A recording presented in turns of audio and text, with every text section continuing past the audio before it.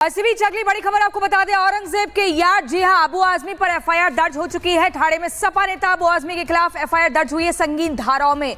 भारतीय न्याय संहिता के तहत आपको बता दें जो धाराएं लगी हैं, अब इसके बाद अबू आजमी की मुश्किलें बढ़ती जा रही हैं। 299, 302 और 356 के तहत एफआईआर दर्ज हुई है, क्योंकि अबू आजमी ने औरंगजेब की तारीफ की थी और ऐसे में बीजेपी और शिवसेना ने अब अबू आजमी के खिलाफ मोर्चा खोल दिया है।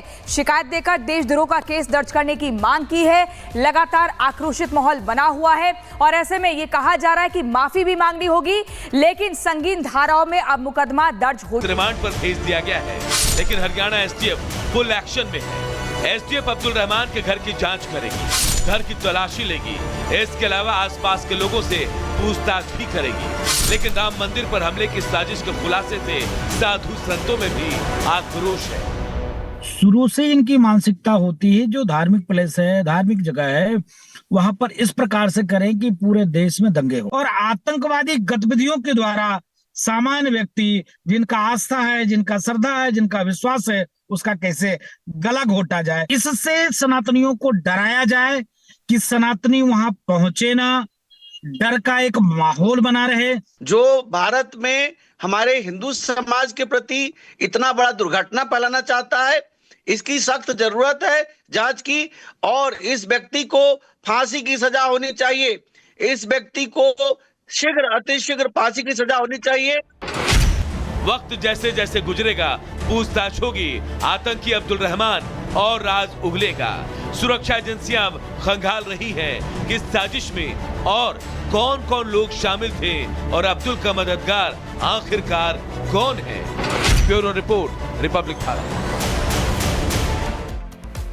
तो आतंकी साजिश के बाद सुरक्षा एजेंसियां लगातार एक्शन मोड में। और इसी से जुड़ी एक और बड़ी खबर सामने आ रही है। राम मंदिर पर हमले की साजिश पर सूत्रों से खुलासा हुआ है कि उत्तर प्रदेश एसटीएफ भी अब आतंकी की जांच होगी, यानी कि घरों में जाकर जांच होगी। और साथ ही साथ आपको यह भी बता दें कि करीबियों पर भी निगरानी उत्तर प्रदेश एसटीएफ की है और अयोध्या जिले में एसटीएफ की जांच लगातार जारी है। तो लगातार देखिए एक्शन मोड में, क्योंकि एक बड़ा खुलासा, आतंकी हमले का बड़ा खुलासा हुआ है और इसके बाद अब उत्तर प्रदेश एसटीएफ का एक्शन देखने को मिल रहा है। राघवेंद्र हमारे साथ लाइव जुड़ चुके हैं। राघवेंद्र, जांच एजेंसियां लगातार एक्शन मोड में दिखाई दे रही है, एसटीएफ किस तरीके से इस पूरे जांच को आगे बढ़ा रही है और अब तक और क्या खुलासा हुआ है? बिल्कुल, देखिए जैसा कि चूंकि मामला इतना संगीन है कि तमाम एजेंसियां इसमें इन्वॉल्व होंगी, चाहे वो दिल्ली पुलिस हो, हरियाणा पुलिस हो, उत्तर प्रदेश पुलिस हो, यह भी रहेंगी। साथ में जो सेंट्रल एजेंसियां हैं वह भी देखेंगी, चूंकि मामला आतंक से जुड़ा हुआ है, आगे एक प्लानिंग से जुड़ा हुआ है, जरूर उस पर जाँच होगी, सारी बात है। लेकिन मैं इस वक्त उस घर पर खड़ा हूँ जो अब्दुल का ही घर है। आप देखिए कि यहाँ पर एक बैनर भी लिखा है अब्दुल ये चिकन शॉप, ये उसका घर है। आप देख सकते हैं कि छोटा सा ऊपर घर बना है, नीचे भी है। और ये अब्दुल के परिवार के लोग हैं। अब्दुल के पिता है, उसकी माता है, उसकी दादी हैं। साथ ही कहा जा रहा है कि वो 18-19 साल का लड़का है। यही जो साइकिल रिक्शा है इसी को चलाता है। इसी साइकिल रिक्शे से वो चला के अपना रोजी रोटी काम करता है। 18-19 साल की उम्र है। 10वीं तक वो यहीं पर, यानी कि फैजाबाद के ही जिले में, यहीं पर लोकल में पढ़ाई लिखाई उसने किया है। और इनका ये कहना है, खुद इनके पिता का कहना है कि अगर उसकी जांच ठीक से हो, अगर वो देश विरोधी चीजों में अगर संलिप्त हो तो उसको निश्चित तौर से सजा मिले। लेकिन इनका शंका यह है कि कुछ लोग उसको फंसा दिए। बहुत चलाने वाला व्यक्ति कैसे आतंकी संगठन के संपर्क में आया, इसको लेकर क्या कुछ जानकारी है? क्योंकि आराम से वो एक दुकान चला रहा है और फिर वो गतिविधियां जो देश विरोधी हैं, कैसे ऐसे लोगों के साथ ही जुड़ता चला गया? बिल्कुल, देखिए इनका ये कहना है कि बेटा तो यहीं रहता है। 4 महीने के लिए एक बार और वह दिल्ली गया था और वो अचानक फिर से 3-4 दिनों के लिए चला गया। उसका नंबर भी स्विच ऑफ हो गया। यह लोग भी बहुत परेशान थे और इनको शंका है कि कहीं न कहीं जिनके पास वो गया है वो लड़के जरूर उसको बेटे को बरगला कर उसको कहीं न कहीं फंसा सकते हैं। मैं इनसे बातचीत भी करना चाहूँगा। क्या नाम है सर आप? जी, मेरा नाम है अबू बकर। अच्छा, आप अब्दुल के पिता हैं? जी जी जी। क्या कहेंगे अब्दुल के बारे में कुछ?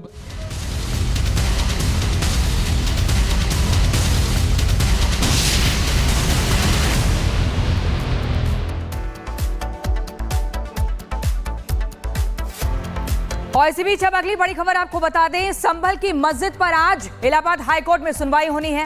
हिंदू पक्ष ने हलफनामा दाखिल कर पेंट का विरोध किया है।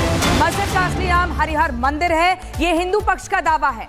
हिंदुओं के लिए जगह का धार्मिक महत्व है, रंगाई पुताई की इजाजत नहीं दी जानी चाहिए। हिंदू पक्ष का कहना है कि ऐतिहासिक इमारत पर एएसआई का नियंत्रण है, तो ऐसे में मस्जिद कमेटी निजी संपत्ति की तरह इस्तेमाल करती है और मुस्लिम पक्ष का एग्रीमेंट का दावा भरोसे लायक नहीं है। ये एक बड़ी बात कही जा रही है। अब इलाहाबाद हाईकोर्ट आज इस पर क्या कुछ अपना तर्क देता है, क्या फैसला सुनाता है, इसका इंतजार करना होगा। हालांकि जो पिछली सुनवाई थी उसमें सीधे तौर पर कहा था रंगाई पुताई की इजाजत नहीं है, साफ सफाई करिए, लेकिन मुस्लिम पक्ष ने रमजान के 5 महीने का हवाला दिया था। और जतिन हमारे सहयोगी लाइव हमारे साथ संभल से जुड़ चुके हैं। जतिन, आज इलाहाबाद हाईकोर्ट क्या कुछ फैसले में आगे सुनाता है, क्योंकि हिंदू पक्ष पहले से हलफनामा दाखिल कर चुका है, इस पर नजर रहने वाली है। कितने बजे केस लिस्टेड है? बिल्कुल, देखिए 10 बजे के आसपास इस पूरे मामले में सुनवाई जो है वो शुरू होगी। हालांकि पिछली बार एएसआई ने भी अपनी रिपोर्ट दाखिल की और उसमें साफ तौर पर बोल दिया कि जो शाही जामा मस्जिद है कथित तौर पर उसको रंग और पेंट की जरूरत नहीं है। हालांकि ऑब्जेक्शन फाइल मुस्लिम पक्ष द्वारा किया गया, वो भी 10 बजे क्लियर हो जाएगा। अगर उन्होंने ऑब्जेक्शन फाइल किया है तो संभवतः इस मामले में और कहा सुनी जो बहस और दलीलें हैं वो देखने को मिलेगी। लेकिन पिछली बार जो इलाहाबाद हाईकोर्ट है उन्होंने साफ क्लियर कर दिया था कि एएसआई की इमारत है, एएसआई मना कर रही है कि पेंट कराना जरूरी नहीं है, तो आप पेंट नहीं कराएंगे, साफ सफाई अगर कराना चाहे तो करवा सकते हैं। तस्वीरें मैं आपको दिखा दूंगा कि पुलिस फोर्स अभी भी यहाँ पर संभवतः तैनात है, क्योंकि शाही जामा मस्जिद सामने आपको नजर आ रही है, जो हरे रंग का गुंबद आपको यहाँ पर नजर आएगा।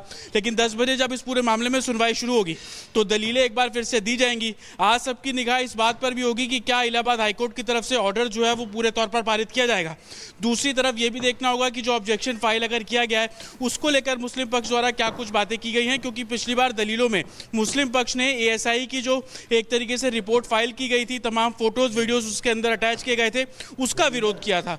और कहीं ना कहीं इस पूरे मामले में आज 10 बजे जब सुनवाई शुरू होगी तो दोनों पक्ष अपने बिल्कुल जतिन, सुनवाई शुरू होगी 10 बजे और क्या कुछ होगा इस पर भी हमारी नजर रहेगी। अपडेट आगे भी अपने दर्शकों को देंगे। लेकिन जब बात देखिए संभल की करते हैं तो संभल लगातार सुर्खियों में बना हुआ है।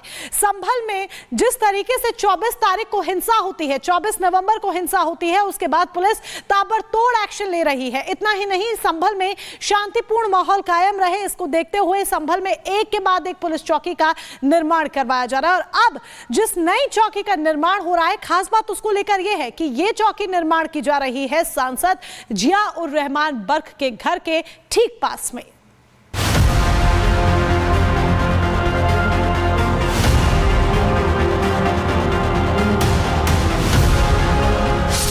यह अपराधियों पर नकेल की नींव है।